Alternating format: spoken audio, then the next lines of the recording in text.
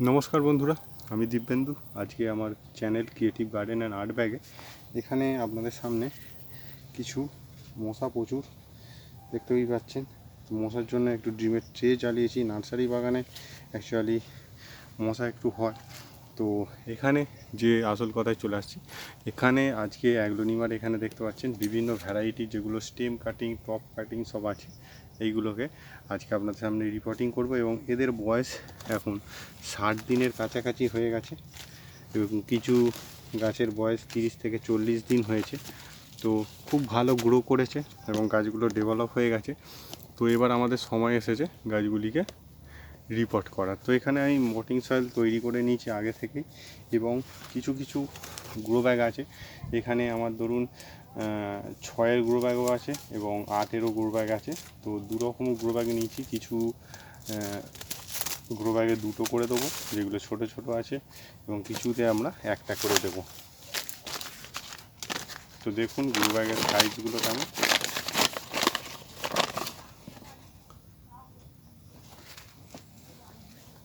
দেখতেই পাচ্ছেন। তো এইবারে আমরা একটু জৈব সার নিয়ে নেব। এখানে বিভিন্ন ধরনের গোবর, আপনার হাড় গুঁড়ি, শিংকুচো বিভিন্ন মিক্সড করে এই সারগুলো তৈরি করা আছে এবং এইগুলো 25-30 দিন আগেই মিক্সড করে নেওয়া হয়েছিল এবং সারের টেক্সচারটা দেখতে পাচ্ছেন কত সুন্দর হয়েছে।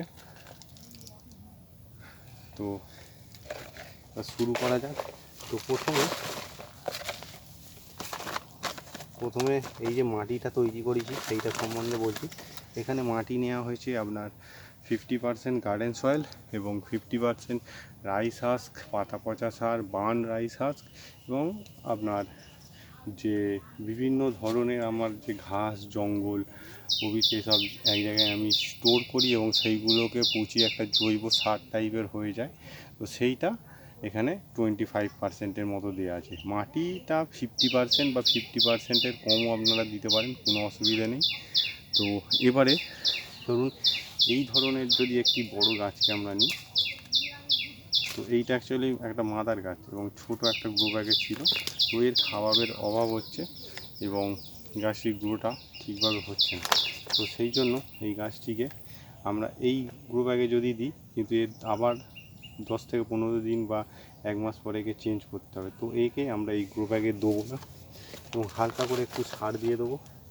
আমরা এই যে ন্যারো লিভসের গাছটি আছে এবং ছোট্ট একটি গ্রো ব্যাগে আছে, এইটিকে আমরা দেবো এবং আবার 1 মাস পরে মোটামুটি ঠিক আমাদের যে ওয়েস্ট বেঙ্গলে দুর্গা পুজো আছে, দুর্গা পুজোর সময় করে ওই গাছটিকে আমরা দেখুন এতে 2টি গাছ আছে। এটা একটি স্টেম কাটিংয়ের গাছ এবং এদের 2টি গাছ আছে। তো এই গাছটিকে আমরা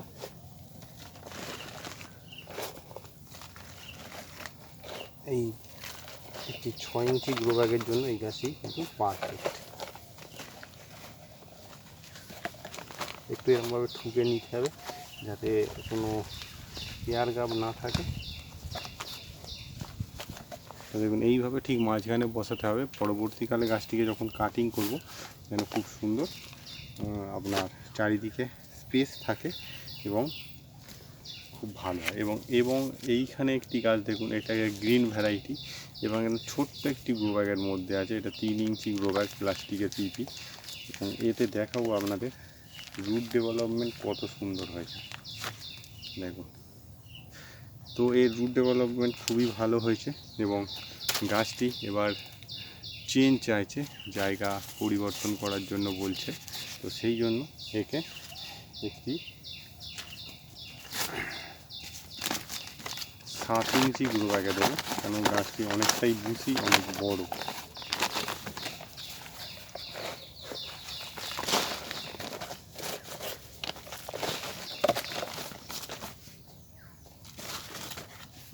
অ্যাগ্লোনিমা গাছের ক্ষেত্রে সবসময় পাতা পচা সার, যেটাকে আমরা লিভ মোল কম্পোস্ট বলি, এইটা কিন্তু দেবেন। দিলে কিন্তু খুবই একটি কার্যকরী এবং একবার দিলে আপনার মোটামুটি 6-7 মাস আপনাকে মাটিটাকে নিয়ে বেশি ভাবতে হবে না, বা 1 বছরও আপনি এই পটিং সয়েলের মধ্যে রাখতে পারেন।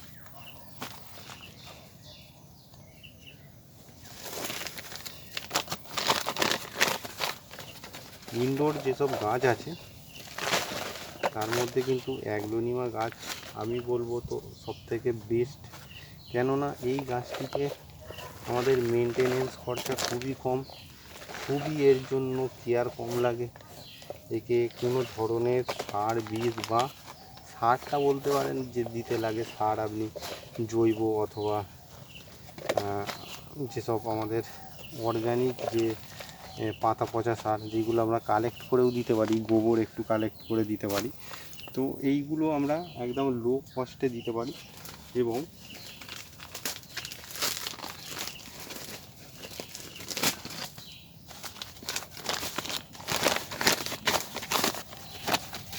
এইবারে যে অ্যাগ্লোনিমার যেটা আমি বলছিলাম বিগ রয়্যাল ভ্যারাইটি, তো এইগুলো খুব বিশাল বড় বড় পাতা হয় এবং অল্প করেই খাবার। এইটাই কিন্তু আমরা শীতের খাবার হিসেবে দিয়ে দিলাম। এবং মাঝখানে শুধু আমরা একবার এতে আপনার ফুল পচা হাড়গুঁড়ো শিংকুচি আর একবার দেবো। এবং তারপরে কিন্তু এখন শীতকাল পড়ে যাবে, আর কোনো খাবার এতে দেওয়া যাবে না। তো দেখুন, এটা হচ্ছে একটি 7 ইঞ্চি গ্রো ব্যাগ। এইভাবে আমাদের গাছগুলিকে রিপোর্ট করতে হবে এবং যেগুলো এবার কাটিং আছে সেইগুলোকে কিন্তু রিপোর্ট করবে। এবং এই ধরনের একেবারে ঝুরঝুরে মাটি করতে হবে। এই ধরনের যদি মাটি করা যায় তাহলে কিন্তু আমরা খুব ভালো। দেখুন, এইটা একটি মাদার গাছ এবং স্টেম কাটায় কেটে নেওয়া হয়েছে। কিছু মাটি আমরা ফেলে দেবো পুরানো, যাতে নতুন মাটিতে আরও ভালো করে ডেভেলপ হয়। এই ধরনের গাছ দেখলে আপনারা কিন্তু একে অবহেলা করলে চলবে না। এই গাছটি 1 থেকে 1.5 মাসের মধ্যে কিন্তু একদম চেঞ্জ হয়ে যাবে। আপনারা ভাবছে যে এই ধরনের কি একটুখানি একটা জাস্ট গাঁট কেটে বসানো, তা কিন্তু নয়। এরকমভাবে গাঁট কেটে কেটে কিন্তু আমরা অনেক চারা তৈরি করি। এটাও একটা ইনডোর প্ল্যান্টের প্রসেস, যার মধ্যে কিন্তু আমরা গাছের গাঁটগুলোকে কেটে কেটে অনেক চারা তৈরি করতে পারি। আপনাদের সামনেই দেখালাম আগের কিছু গাছকে, এগুলো গাঁট থেকে তৈরি করা।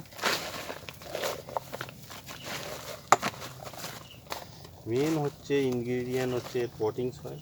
আপনি যতক্ষণ না খুব ভালো পটিং সয়েল করতে পারবেন ততক্ষণ কিন্তু আপনি খুব ভালো একটি গাছ তৈরি করতে পারবেন না। এবং দেখুন, এখানে একটি অ্যাগ্লোনিমা লিপস্টিকের ভ্যারাইটি, এইটাকে কাটিং করে বসানো হয়েছিল এবং তারপরে কিন্তু আবার একে কাটিং করে নেওয়া হয়েছে, যার ফলে আবার 2টি গাছ বেরিয়েছে। তো একে আর একটু বেশি করে খাবার দিয়ে দেবো এবং জাস্ট এরকমভাবে বসিয়ে দেবো। কিছুদিনের মধ্যেই কিন্তু খুব সুন্দর একটি গাছে কনভার্ট হয়ে যাবে।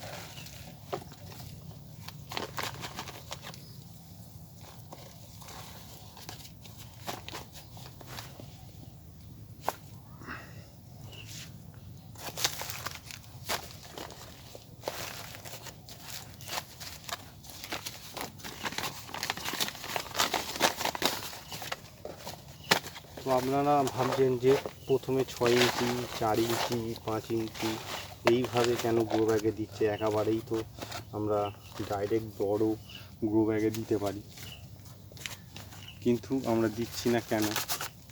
এর কারণ হচ্ছে, আমরা যদি একসঙ্গেই একটি ছোট এই ধরনের গাছকে, এটা কিন্তু স্টেম কাটিংয়ের গাছ, তো একটি বড় গ্রো ব্যাগে আমরা দিয়ে দিই, তখন কী হবে, এতে তখন জল যে অ্যাবজর্ব করে রাখবে বেশি, এবং যার ফলে গাছটি পচে যাওয়ার চান্স বেশি থাকবে। তো সেই জন্য যে কোনো গাছের ক্ষেত্রে আমাদের সবসময় মাথায় রাখতে হবে যে গাছের হাইট, গাছের গ্রোথ অনুযায়ী গাছের হচ্ছে আপনার পট সিলেকশানটা করতে হবে। প্রথমেই কিন্তু খুব বড় পট দিয়ে দিলে হবে না।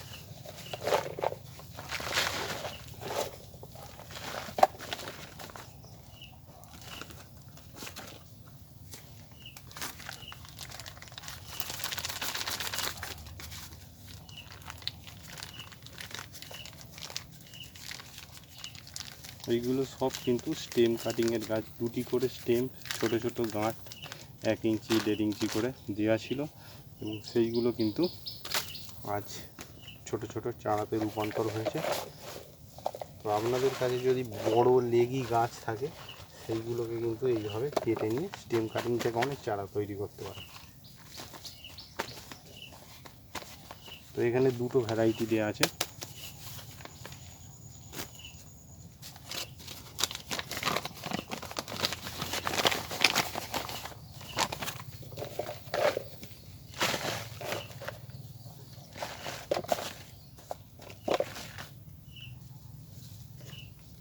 তো দেখুন এখানে দুটি আছে, এটা একটি বড় গ্রো ব্যাগে দেবো এবং এইখানে একটি গাছ আছে যেটা এখানে একটিতেই দেবো।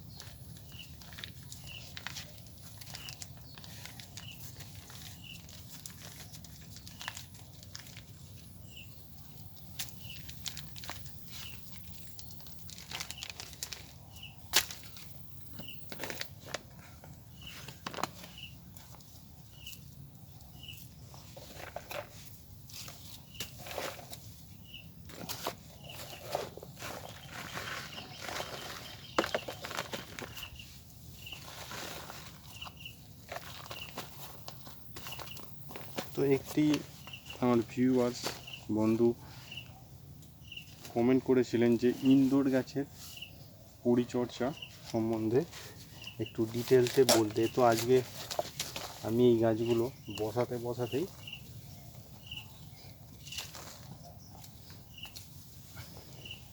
আপনাদের সঙ্গে সেই বিষয়ে কিছু আলোচনা করব। তো আমরা ইনডোর গাছ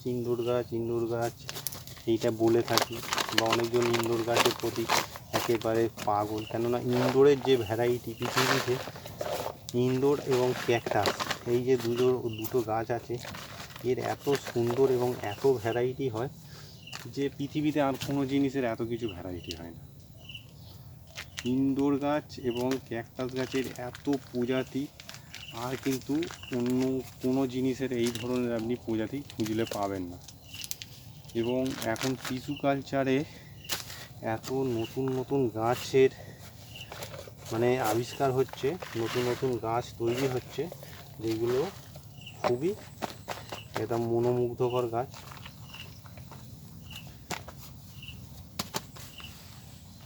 তো এইখানে আমি ইনডোর গাছ সম্বন্ধে যেটা বলতে যাব একটু মন দিয়ে শুনবেন। ইনডোর বলে অ্যাকচুয়ালি কিন্তু কোনো গাছ হয়নি, ইনডোরের ভেতরে কোনো গাছ হয় না। প্রত্যেক গাছেরই জন্য যেমন আলো, বাতাস এবং আপনার খাবার, এই তিনটে প্রয়োজন। তো ইনডোরের ভেতরে যদি রাখেন একেবারে পার্মানেন্টলি, সেই গাছগুলো কিন্তু কিছুদিন আপনার সারভাইভ করবে, কিন্তু তারপরে গাছগুলি একে একে আপনার মারা যাবে, লেগি হয়ে যাবে, আপনার গাছটাকে দেখতে ভালো লাগবে না, এরকম টাইপের। আমরা তো গাছ অ্যাকচুয়ালি ইনডোর বা অর্নামেন্টাল প্ল্যান্ট কী জন্য করি? দেখতে ভালো লাগে, সৌন্দর্যের জন্য। যেমন এই সব গাছগুলোর পাতাই মানান, তো পাতাগুলো যখন খারাপ হয়ে যায় আমরা কিন্তু তার প্রতি আর ওই জন্য যত্ন নিই না।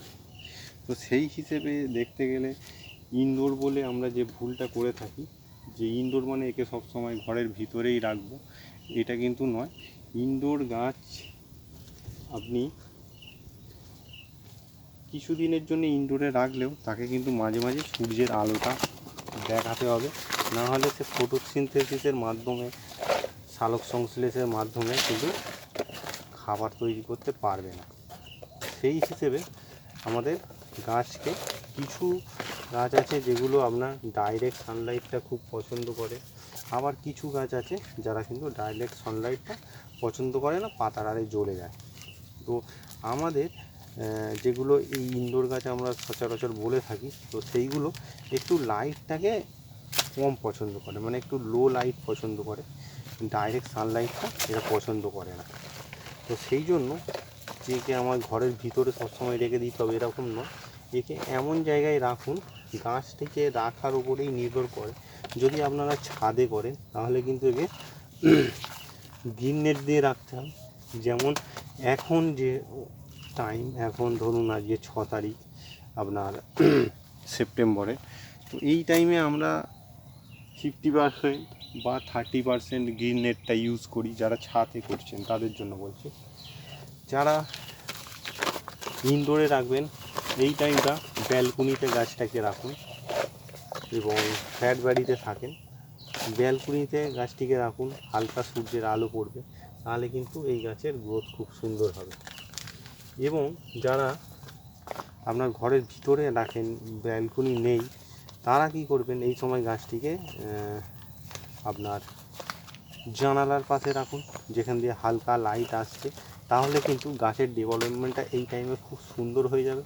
এবং গাছটি আপনার শীতকালে যে মরার ব্যাপার স্যাপারটা থাকে সেইটা কিন্তু হবে না। এই সময় গাছকে একটু ভালো পরিমাণে জৈব খাবার দিয়ে দিন। আমি এনপিকে 19-19-19 এইসব একদমই রেকমেন্ড করি না এবং নিজেও ইউজ করি না।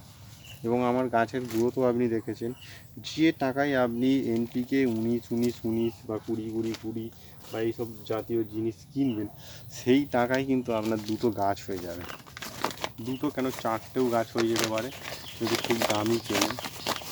এবং সেই টাকায় ওই সারটাকে আমার লাগবে না। আপনি 40 টাকার সার কিনে আনলে আপনার 10টা গাছের জন্য সারা বছর হয়ে যাবে। 10টা যদি আপনি ইনডোর গাছ রাখেন, তাহলে আপনি 40 টাকার সার কিনলে, 40 টাকা মাত্র, আমি বলে দিচ্ছি, 40 টাকার বেশি সার লাগবে না। গাছ মানুষের মতো নয় যে প্রত্যেক দিন কেজি কেজি খেয়ে নেবে, এরকম ব্যাপার নয়। শুধু গাছটাকে আপনি ঠিক টাইম টু টাইম জল দিন আর অল্প অল্প করে খাবার দিন। ওই 40 টাকার সার আপনি 1 বছর ধরে ইউজ করবেন, তবেই কিন্তু গাছ খুব ভালো গ্রো হবে। দেখুন এই গাছটিকে আমি এখনও পর্যন্ত কাটিংয়ের পরে 1 টাকারও সার দিইনি। তো গাছটির গ্রোথটা দেখুন। এই আজকে আমি সার দিলাম, এটা কত, খুব বেশি হলে যে এইটুখানি আমি সারটা দিলাম আপনাদের দেখাচ্ছি, এই যে সারটা দিলাম, এইটুখানি একটা গাছে সার দেবো, এইটা কিন্তু 3 মাস চলে যাবে। এবং এই যে সারটা দিচ্ছি, এই সারটির পিছনে খরচা খুব বেশি হলে হয়তো 1 টাকা বা 2 টাকা। আপনার যদি 40 টাকার সার কেনেন এবং তাতে যদি পাতা পচা একটু পাতা, আপনার বাগানের যে পাতা বা আশেপাশে যে পাতা পড়ে আছে, একটা প্যাকেটে করে নিয়ে এসে তাতে একটু যদি খোল দিয়ে আর যদি ওটা একটা প্যাকেটে মুড়ে রেখে দেন, ওটা 6 মাস পরে পাতা পচা সার হয়ে যাবে, ঠিক আছে। এবং সেইটা যদি মিক্সড করে দেন, আপনার ওই যে ধরুন 40 টাকার 1 কেজি মিক্স সার আনলেন, আর তার সঙ্গে যদি ওই 2 কেজি দিয়ে দেন, 3 কেজি সার হয়ে যাচ্ছে। 3 কেজি হয়ে গেলে আপনার 2 বছর ভালোভাবে চলে যাবে। আমি 1 বছরের কথা বলছি, আপনার 2 বছর আরামসে চলে যাবে। এবং ওইটাই অল্প অল্প দিন, যত পুরানো হবে, আপনি ভাবছেন যে খারাপ হয়ে যাবে, তা নয়, যত পুরানো হবে তত কিন্তু সারটা আরও সুন্দর হবে। এটা ভুল ধারণা যে পুরানো হয়ে গেছে সার খারাপ হয়ে গেছে, এরকম ব্যাপার নয়। যত পুরানো হবে সারের টেম্পার তত বাড়বে, সারটি আরও ভালো মানে কম্পোজ হয়ে যায়। এবং বিশেষ করে জৈব সারের কথা বলছি, আমি রাসায়নিক সার ইউজ করি না, তো রাসায়নিক সারের কথা বলবো না। তো আপনার গাছটি খুব সুন্দর হবে। দেখুন এই দুটোও কিন্তু স্টেম কাটিং, এই যে গাঁট দেখতে পাচ্ছেন, এইটা কিন্তু স্টেম কাটিংয়ের গাছ। এবং এইগুলো খুব সুন্দর হয় যখন মানে অনেকগুলি গাছ একসঙ্গে থাকে, খুব বুশি লাগে ইনডোরে। এবং পাতার কালারটা কিছুটা সিলভার গ্রিন টাইপের। এবং এইগুলো আপনার ন্যারো লিভস, মানে সরু সরু এবং ছোট ছোট পাতা। তো এবারে কিছু আমার বড় গাছ আছে, তো সেই গাছগুলোকে আমরা বড় গ্রো ব্যাগে দেবো। পাতার টেক্সচার, যেটা মাটির টেক্সচার, দেখুন কত সুন্দর। এই ধরনের না মাটি করলে আপনি কিন্তু জীবনে খুব ভালো গাছ করতে পারবেন। যতই আপনি এই 19-19-20-20 এটা সেটা হাবিয়ে দেবেন, কিন্তু হবে না। তো আজকের মতো এখানেই শেষ করছি। নমস্কার।